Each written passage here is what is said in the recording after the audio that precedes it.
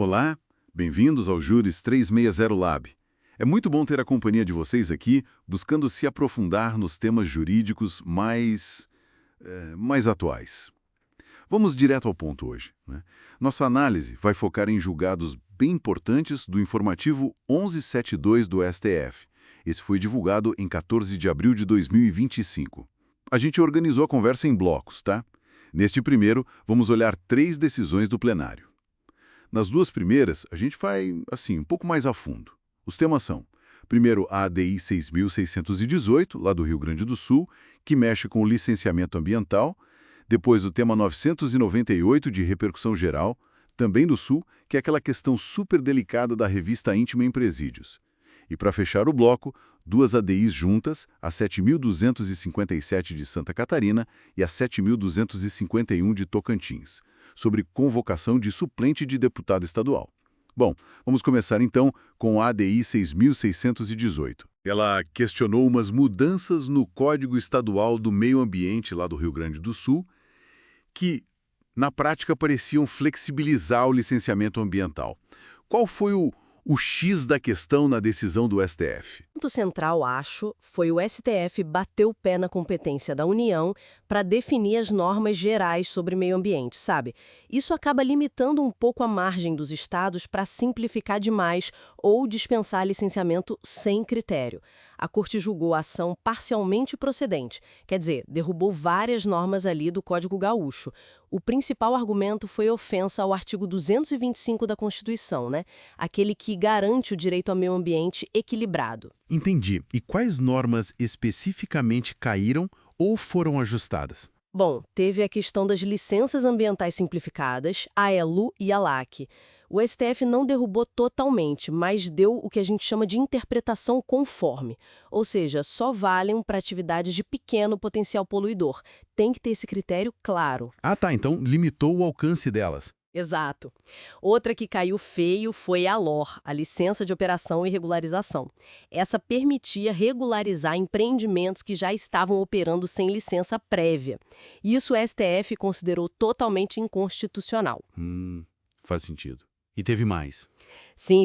Aquela permissão meio genérica para o Estado contratar terceiros, pessoas físicas ou jurídicas, para ajudar no licenciamento. Também foi derrubada. Isso porque poderia ser uma delegação indevida do poder de polícia ambiental, né? Tema 532 lá da repercussão geral. Certo, a questão do poder de polícia. Isso. E também a dispensa de licenciamento para silvicultura de pequeno porte, só com cadastro. Inconstitucional. Estado não pode isentar fora das regras federais. Aí um ponto super importante. A questão do reassentamento de populações atingidas. O STF diz que isso tem que ser analisado já na fase da licença prévia, a LP. Não dá para deixar só para a licença de operação, a LO. Seria uma proteção deficiente de direitos fundamentais ali no começo do processo. Nossa, bastante coisa. Fica bem claro, então, que o STF deu uma freada nessa tentativa de flexibilizar demais, né? Reforçou a necessidade de um controle mais rigoroso e alinhado com as normas federais. E essa do reassentamento na LP parece crucial mesmo, para avaliar a viabilidade social do projeto desde cedo. Ok, agora vamos mudar para outro tema igualmente sensível, talvez até mais, né? O tema 998 de repercussão geral. Revista íntima em presídios. Uma tensão enorme entre segurança e dignidade humana. O que o Supremo decidiu aí? Pois é, essa decisão é um marco, sem dúvida. O STF buscou um equilíbrio, mas com um foco muito forte na dignidade do visitante, que muitas vezes não cometeu crime algum, né? É familiar. Então, por unanimidade, ficou decidido que a revista íntima vexatória, aquela com desnudamento, toque íntimo, situações humilhantes, ela é inadmissível, proibida. Proibida. E a prova obtida assim? Ilícita. Qualquer prova que venha de uma revista assim é considerada ilícita.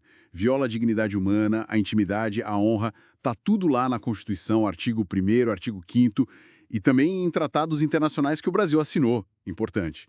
Essa proibição tem efeito daqui para frente, é prospectivo. Entendi. E como fica a segurança? Porque existe a preocupação real de entrar com celular, droga, arma.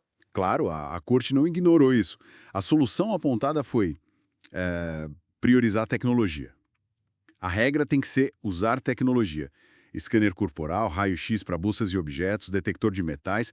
Inclusive, o STF deu um prazo, 24 meses, para que todos os presídios do país tenham esses equipamentos. E determinou que se use dinheiro dos fundos penitenciários para isso, sabe? FUNPEN, Fundo Nacional de Segurança Pública. Ah, então a regra é tecnologia. E a revista Manual Íntima? Acabou? Não acabou, mas virou uma exceção extrema. Só pode acontecer em duas condições juntas. Primeiro, se a tecnologia não existir no local, ou comprovadamente não funcionar para aquele caso específico. E segundo, se houver uma suspeita muito forte, robusta mesmo, baseada em fatos concretos, tipo denúncia detalhada, inteligência. Contra aquele visitante específico. Não pode ser algo genérico. E mesmo nessa situação raríssima, tem que seguir um protocolo rígido, imagino. Exatamente. Precisa ser uma decisão fundamentada pela autoridade. Precisa ter o consentimento expresso do visitante, se for maior de idade. Tem que ser feita em local reservado, por pessoa do mesmo gênero e, de preferência, um profissional de saúde. E o principal, sem nenhuma humilhação. E se a pessoa não concordar? Se não concordar, a visita pode ser impedida de forma fundamentada também. Mas a pessoa não pode ser forçada a passar pela revista íntima. Qualquer abuso nessa situação gera responsabilidade para quem fez e torna a prova ilícita. E para crianças e adolescentes? Para crianças e adolescentes, a revista íntima é totalmente proibida. O que pode acontecer é a chamada revista invertida, que foca na pessoa que está presa e vai receber a visita, não no visitante menor de idade. É realmente uma mudança de paradigma. Prioriza a tecnologia, protege a dignidade do visitante, que na maioria das vezes é só um familiar, né? E restringe ao máximo um procedimento que sempre foi muito, muito degradante. Bom, para a gente fechar este bloco, vamos passar rapidinho pelas ADIs 7.257 e 7.251, Santa Catarina e Tocantins. A discussão era sobre o prazo de licença de deputado estadual para chamar o suplente, né? Isso, e aqui a decisão foi unânime. O STF julgou as duas ações procedentes, declarou inconstitucionais as regras das constituições estaduais que colocavam prazos menores, 60 dias em Santa Catarina, 30 dias em Tocantins, do que os 120 dias que a Constituição Federal prevê para os deputados federais se licenciarem para tratar de interesse particular, por exemplo. E qual foi o principal argumento? O princípio da simetria, basicamente. O artigo 27 da Constituição Federal diz que as regras sobre mandato dos parlamentares federais, como a licença, devem ser aplicadas, no que couber, aos deputados estaduais. Mudar esse prazo mexe com a representação popular, né? Com o sistema democrático. Então não pode o Estado criar uma regra diferente nesse ponto específico. Entendido. Então, a regra federal dos 120 dias prevalece, garantindo uma uniformidade maior na representação dos estados, um ponto importante aí da nossa federação. Perfeito. E com essa análise, a gente encerra este primeiro bloco de julgados do informativo 1172 do STF. Nos encontramos no próximo bloco para continuar essa conversa. Olá, bem-vindos a mais uma análise aqui no Júris 3600 Celeb. Hoje vamos mergulhar em decisões recentes do Supremo, tá? Direto do informativo 1172. Temos 4 julgados para conversar. Isso mesmo. A gente vai destrinchar a ADPF 635, que lida com a letalidade policial lá no Rio de Janeiro. Tema super sensível, né? Muito. Depois, a ADI 7150, sobre umas associações de socorro mútuo, isso em Alagoas. E aí temos duas que a gente vai aprofundar um pouquinho mais, né? Quais são? A ADI 2965, que trata de diretrizes de educação em Goiás, e a ADI 4399, sobre exigências para academias de ginástica lá no Rio Grande do Sul. Perfeito. Então, a ideia é ir direto ao ponto, né? Entender o que realmente importa nessas decisões. Vamos lá. Começando, então, pelo Rio, com a ADPF 635. ADPF, para quem não lembra, é Arguição de Descumprimento de Preceito Fundamental. E o tema é esse, da letalidade policial. O STF analisou um plano do governo do estado. Homologou parcialmente esse plano. Mas assim, não foi um simples ok, não. Veio com uma lista de determinações adicionais, sabe? Eu imagino. O que mais o STF exigiu? Olha, a Corte reconheceu ali uma situação grave, falou em violação de direitos, omissão estrutural, então cobrou ações bem concretas. Tipo, mandou a Polícia Federal investigar crimes interestaduais, aqueles ligados a organizações criminosas, milícias. Coisa séria. Sim. Pediu um plano de reocupação de territórios, novos indicadores sobre uso da força policial, protocolos bem mais rígidos para operações que terminam em morte, sabe? Preservar local de crime, comunicar o MP na hora. E teve mais. Teve. Assistência para a saúde mental dos policiais, que é fundamental, né? E regras claras para a operação perto de escolas, hospitais. E para garantir que isso aconteça, criou um grupo de trabalho coordenado pelo CNMP para ficar de olho. De forma bem incisiva para lidar com um problema que é estrutural, né? Mas sem chegar a declarar o tal estado de coisas inconstitucional. Exatamente. Foi uma busca por efetividade, por resultado prático, diante de um quadro que o próprio tribunal considerou muito grave. Mudando agora o foco. Vamos para Alagoas. ADI 7150. Ação direta de inconstitucionalidade. Uma lei do Estado tentou regular associações de socorro mútua. O que o STF disse? Essa aí foi assim, direto ao ponto. Inconstitucional. A lei inteira. O fundamento é que o assunto, que envolve direito civil e política de seguros, é de competência privativa da União para legislar. Artigo 22 da Constituição, incisos I e V. Ah, então o Estado de Alagoas invadiu a competência federal. Isso não podia ter criado regras próprias para esse tipo de associação que, na prática, muitas vezes funciona quase como uma seguradora, né? O STF só reafirmou o que já havia decidido. Entendi. Para manter uma regra única no país todo, para esse setor, faz sentido. Beleza, agora vamos para uma daquelas que a gente separou para aprofundar. ADI 2965 de Goiás, Lei Complementar Estadual sobre Educação. O que estava em jogo ali? Então, essa teve uma decisão mais, digamos, fatiada.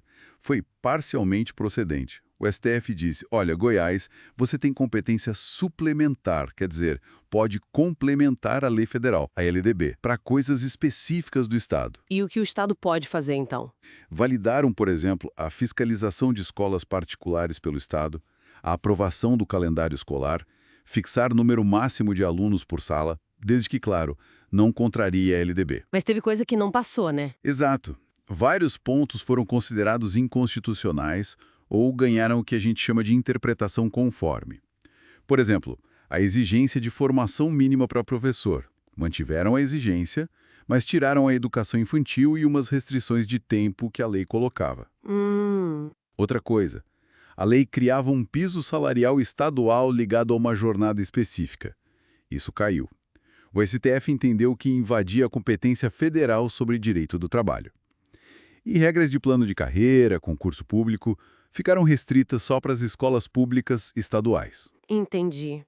Então o recado foi: o Estado pode detalhar, adaptar a realidade local, mas não pode criar normas gerais que já existem na LDB, nem invadir o terreno da União, como nas leis trabalhistas. É um equilíbrio, né? O equilíbrio bem delicado mesmo, típico do nosso federalismo. E para fechar essa nossa análise mais detalhada, vamos para o Rio Grande do Sul, ADI 4399. A questão era a exigência de profissional de educação física em academias. Isso. E aqui, de novo, uma decisão de parcial procedência, mas com interpretação conforme. O STF considerou constitucional a lei gaúcha que exige, sim, um profissional de educação física registrado do CREF, em tempo integral e um responsável técnico nas academias. Por quê? Porque entenderam que isso ajuda a garantir a aplicação das leis federais sobre o assunto e, principalmente, protege a saúde e a segurança de quem usa a academia, né? Afinal, o exercício físico mal orientado tem risco. A participação do Conselho Regional na fiscalização também foi validada. Ok, mas teve um limite importante aí, né? Não vale para todo lugar. Esse foi o ponto-chave da interpretação conforme. O STF deixou claro, essa exigência toda profissional, o tempo todo, responsável técnico, registro, vale para academias, estúdios, locais onde se prescreve e acompanha exercício com foco em saúde, desempenho, essas coisas. Mas não para? Não se aplica a locais onde a atividade é puramente recreativa, lúdica, voltada só para diversão, socialização. Pense em espaços de brincar, talvez um clube com atividades mais livres, onde não há esse risco maior à saúde ou o foco em treinamento específico. Faz todo sentido. Exigir isso num espaço só de lazer seria um exagero, né? Exatamente. Seria desproporcional e, segundo o STF, acabaria invadindo a competência da União para legislar sobre o exercício das profissões e até ferindo liberdades individuais. Buscaram aí um ponto razoável. Bom, Então passamos por temas bem variados hoje, hein? Desde segurança pública e direitos humanos no Rio, passando pela divisão de competências em seguros lá em Alagoas, até essas nuances importantes sobre educação em Goiás e o exercício profissional no Rio Grande do Sul. Mostra bem a complexidade do federalismo, né? com certeza. E fica talvez uma reflexão para a gente, né? Como fazer para que essas decisões do Supremo, que tentam ajustar esse equilíbrio federativo e proteger direitos, realmente se transformem em práticas efetivas no dia a dia? Superar os desafios de implementar e fiscalizar tudo isso. É uma pergunta fundamental, que ecoa. E para quem acompanha o Júris 360 Lab, fica o convite. Se inscrevam no canal, curtam o conteúdo para a gente continuar trazendo mais análises assim. Agradecemos demais a companhia de todos e todas nesta conversa.